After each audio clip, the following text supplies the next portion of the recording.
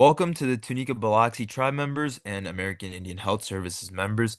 Today I'm Venkata T Kamava Huja. and we are both founders of the youth-led initiative Narcan for Natives. We're here to take just a few minutes to share some interesting findings, and hopefully you leave this presentation with a little bit more knowledge and some fire and passion to help solve a major crisis that's hurting the youth of our nation. So yeah, as said, me and Samba Vahuja, we're the co-founders of Narcan for Natives. We're not an official nonprofit yet, but we are a youth-led initiative to make Narcan more accessible for marginalized communities. We already know that a lot of the communities right now are disproportionately hurt by the opioid crisis, which is at an all-time high rates in the United States of America. Deaths are rapidly increasing and overdoses are just spiking up day by day, and opioids are becoming cheaper and more accessible. So this problem is only here to stay with us, and it will keep going up. With our nonprofit, we are trying to make this Narcan more accessible because only a few people can get it very reliably and efficiently.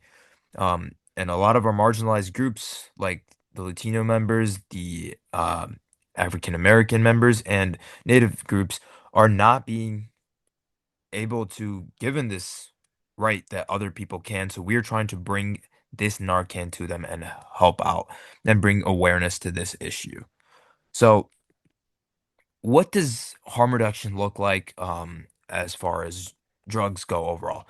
Clean syringe access, clean syringe disposal, safer drug use, Narcan in the case of opioids, which we will be going over throughout this presentation, medication-assisted treatment, supervised consumption services, drop-in sensors, housing first, pharmacy access, referral, and linkage.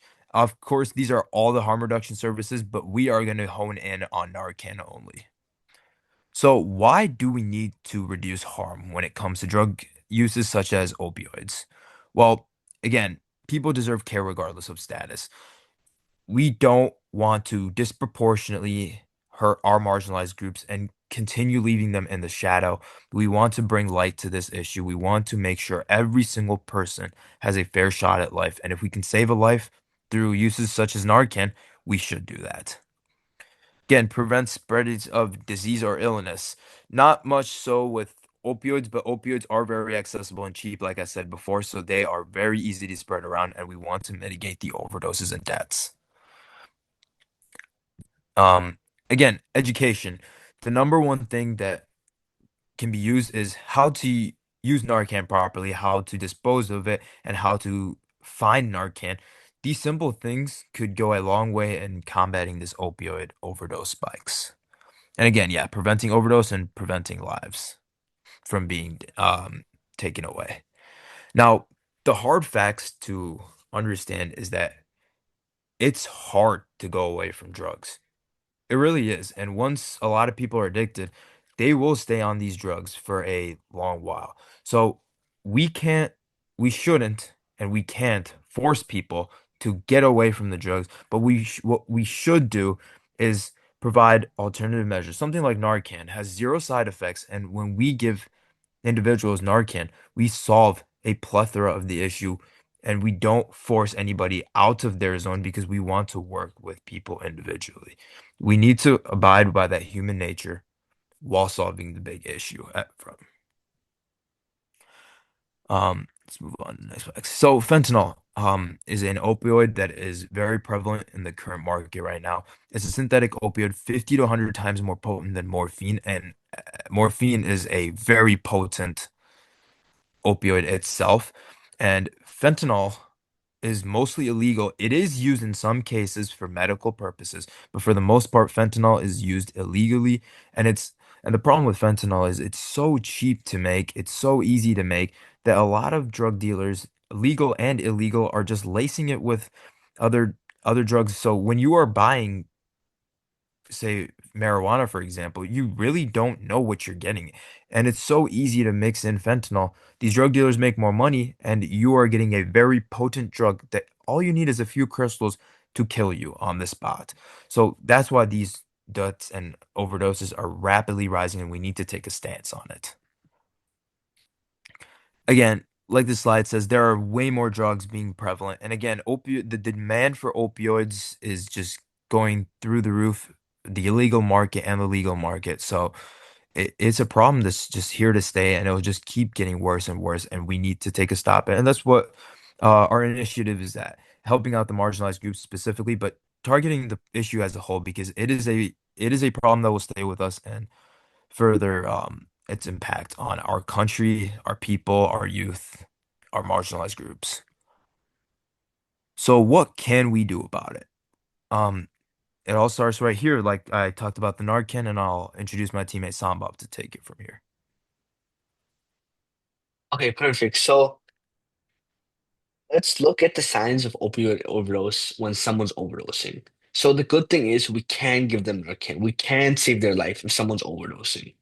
So there are many signs that point to someone overdosing on opioids, and these include pinpoint pupils, or that they're not responding to any taps on the shoulder, or they're not breathing, or they're choking, or they could be having a stroke.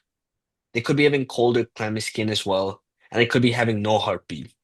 And then the other thing is that their skin may change color. So the three things we need to remember when giving Narcan are lay, spray, and stay. Make sure that they're flat on the ground. Then we spray it in their nostrils, and then we make sure that the Narcan goes into their system, and we stay until they awaken or emergency services are called. So, what this slide is saying in total is that we need to make sure that it's the same lay, stay, and spray model. We need to make sure that it's flat on the ground and it's a fair way to get Narcan into their system. We're spraying them properly and we're spraying once in each nostrils. And there's no negative effects of Narcan, but it can dismantle their high that they're having. So it's important to make sure that Narcan is given administered properly to them. So as soon as we get the Narcan out, we go ahead and we call 911, the emergency services, and then we go spray Narcan once in each of their nostrils with one touch on the nasal spray. And then we make sure that while evaluating this situation, that they're getting they have a chance at waking up, and we stay with them until emergency service come or until they wake up, or preferably until both happen. And then we continue evaluating them during the time that it takes for emergency services to come. Finally, we explain what happened to emergency services, and they will check their airway for the proper breathing.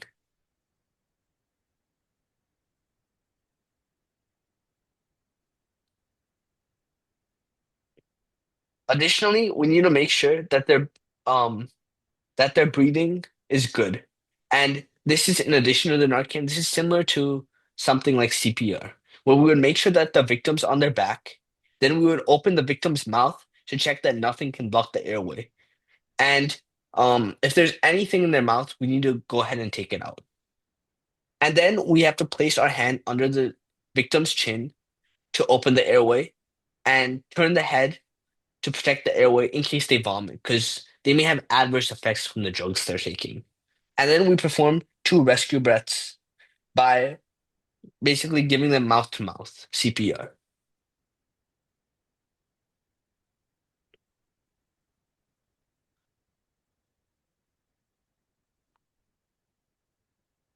So it's important to support the individual that's being harmed or that has taken the drugs. And like I said earlier, they may be disoriented, and Narcan basically removes their high. And because of this, it's important to make sure that we're with them during all times so they don't just randomly wake up and they're scared and they're wondering why they woke up where they are. We need to give them the support they need while 911 shows up. And this is a very important responsibility that we have as Good Samaritans. And it's to make sure that we're always with them, standing as a community while giving them Narcan and helping them out.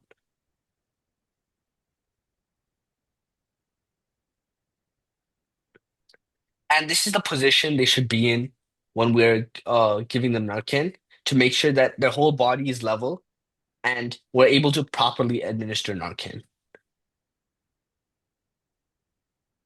And the last part I want to talk about is we don't want to label people because we're all in this as a community.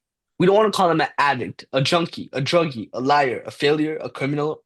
And it's not a choice. It's something that they were forced into, a circumstance. And if we all come together as a community, we can eliminate the problem of drug overdoses completely. We just need to band together and make sure to call them a human. Well, thank you so much for listening to our presentation, and you could save someone's life. Thank you again for my end too. And obviously, me and Sambhav are unfortunately not able to make it to this event today, but we did hand Justin the intramuscular not nasal, sorry, intramuscular injections of Narcan.